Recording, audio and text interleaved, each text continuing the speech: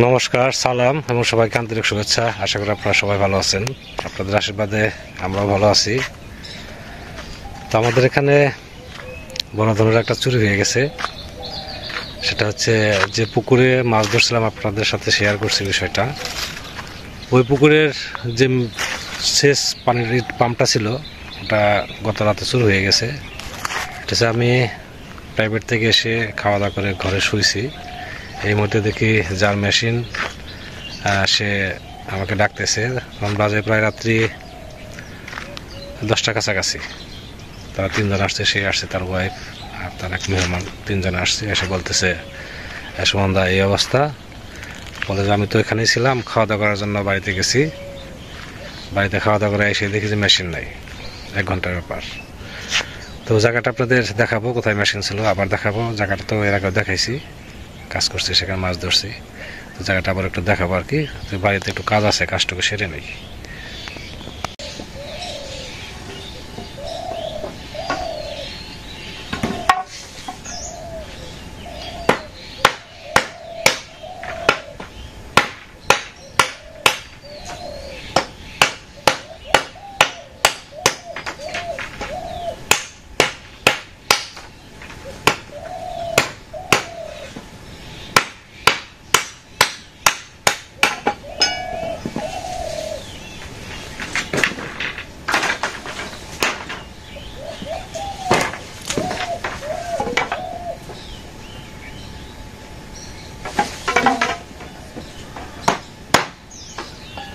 এখান থেকে বাঁশ থেকে দেখছেন, ছবি থেকে বাঁশ কাটছি।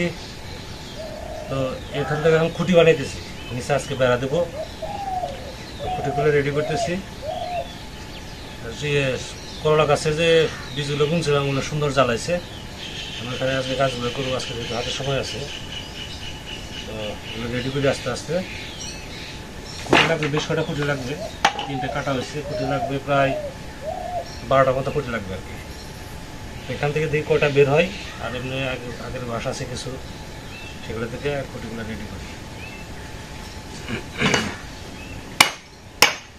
আসলে চেষ্টা করতেছি বর্তমানে যে সবজির দাম, বিক্রি করতে পারি আর না পারি, অন্তত কিনে যেত না খেতে হয়, অন্তত সেইটুকু চেষ্টা থাকে।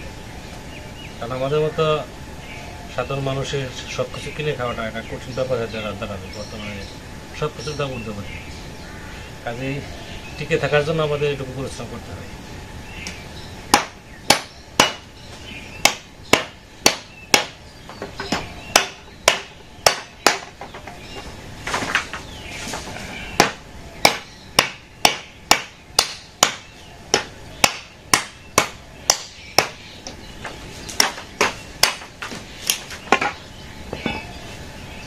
আমি খুঁটিগুলো আস্তে আস্তে রেডি করি। এখানে খুঁটি কাটা হয়ে গেছে, আর এই বাঁশগুলো দিয়ে বেড়া দেবো, আর যেগুলো খুঁটি থাকবে 10টা কাটা হয়েছে। যদি শর্ট পরে আরো 2টা একটা কাটা যাবে, সমস্যা নেই। তখন আপনাদের নিয়ে যাব যেখানে চুরি হয়েছে, ওই জায়গাটাতে নিয়ে যাবো। যে দেখি 2-1 লোক আছে কিনা জিজ্ঞেস টিজ্ঞেস করা যাবে, আর যদি থাকে তাদের কাছ থেকে বিষয়বস্তু সম্পর্কে আরো ভালো জানা যাবে আর কি। তো যাচ্ছি, এখানে চলেন যাই। গতকাল এখানে পিকনিক করেছিলাম আমি শুক্লালদা। আসলে আমরা এগুলো করি নিজেদের একটু ভালো লাগে, এক জায়গায় বসে গল্প টল্প করা যায়, আবার আপনাদের একটু বিনোদন যাওয়ার চেষ্টা করি। কাজেই এই সমস্ত প্রোগ্রামে নেতিবাচক মন্তব্য করার থেকে দূরে থাকাই ভালো। যাই হোক, আমরা যে কাজে যাচ্ছি ওই কাজটা করে আসি।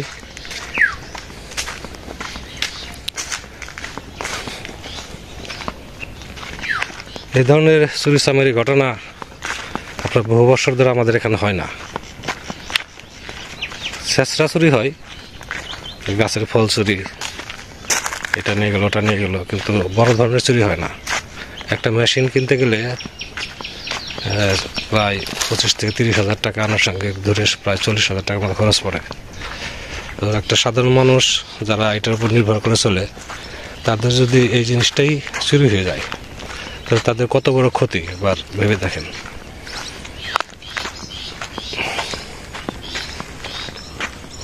তো চলেন দা স্পটে যে দেখে আসি, লোকজন দেখতেছি না, তারা সম্ভবত বলছিল থানায় যাবে, আমি থানায় গেল না চেয়ারম্যানের কাছে গেল, তা হয়তো বিকেলে জানতে পারবো আর কি। আগে যেমন এই যে পুকুর থেকে মাছও চুরি হতো, রাত্রিবেলা মাছ চুরি করে নিয়ে যেত, এমন হয়েছিল। কিন্তু বর্তমানে প্রায় 8-10 বছর এ ধরনের কোনো ঘটনা ঘটে নাই। কিন্তু ইদানিং যে শুরু হয়ে গেছে, গ্রামে গ্রামে পাহারা বসাইছে, রাত্রিবেলা পাহারা দেয় রাত জেগে। কিন্তু রাত জেগের পাহারা দেয় ঠিক আছে, কিন্তু চুরে যদি চুরি করে কয়দিন সেটাকে আটকে রাখবে, ওরা সুযোগ খুঁজবে। যেমন এখানে যে ব্যাপারটা করছে, চলে আসছে প্রায় মাত্র 1 ঘন্টার সুযোগের মধ্যে এই কাজটা করছে। অবশ্যই বাইরের লোক করে নাই, বোঝাই যায়, কারণ এখানে মেশিন আছে, বাইরের লোক এটা জানবে না। অবশ্যই এর সাথে এলাকার লোক জড়িত আছে, তা না হলে এরকম একটা ঘটনা করতে পারে না। এই তো সেই জায়গা। গতকালকে এখানে মাছ মারছি, দেখছেন, মাছ হয়েছিল, প্রচুর মাছ হয়েছিল।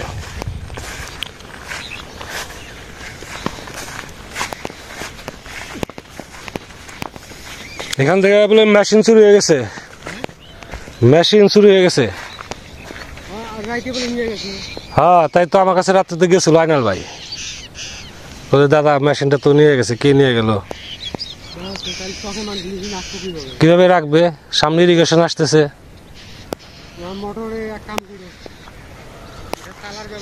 হ্যাঁ,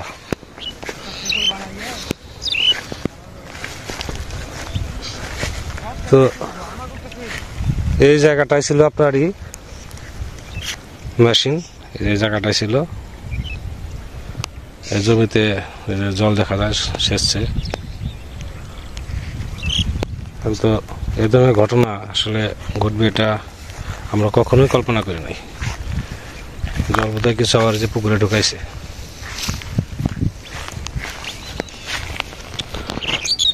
এই যে এই জায়গাটা যে বাঁশ দেখা যায়, এখানে তাঁবু করছিল রাত্রে থাকার জন্য, 3-4 রাত্রে এখানে ছিল। আর একটা রাত্রে থাকলেই তাদের মেশিনটা চুরি হয় না। আসলে এটা তো কারো জানা না। আর 1 ঘন্টার ব্যাপার, খাওয়ার জন্য গেছে, ওই মুহূর্তে এই অঘটন ঘটে গেছে।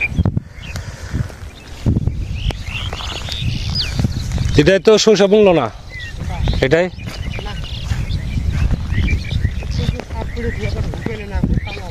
হ্যাঁ।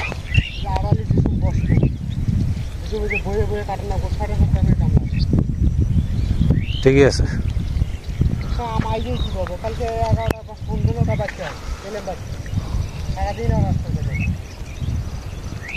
পুকুরে এখনো মাছ আছে, ভালো মাছ আছে, সব মাছ ধরতে পারে নাই।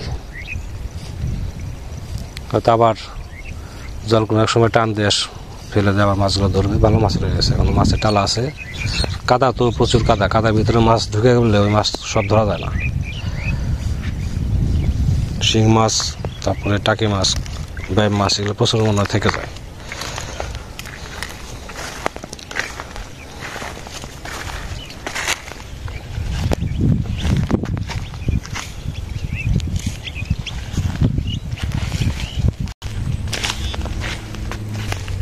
আমি আবার ওই বাড়িতেই পড়াই,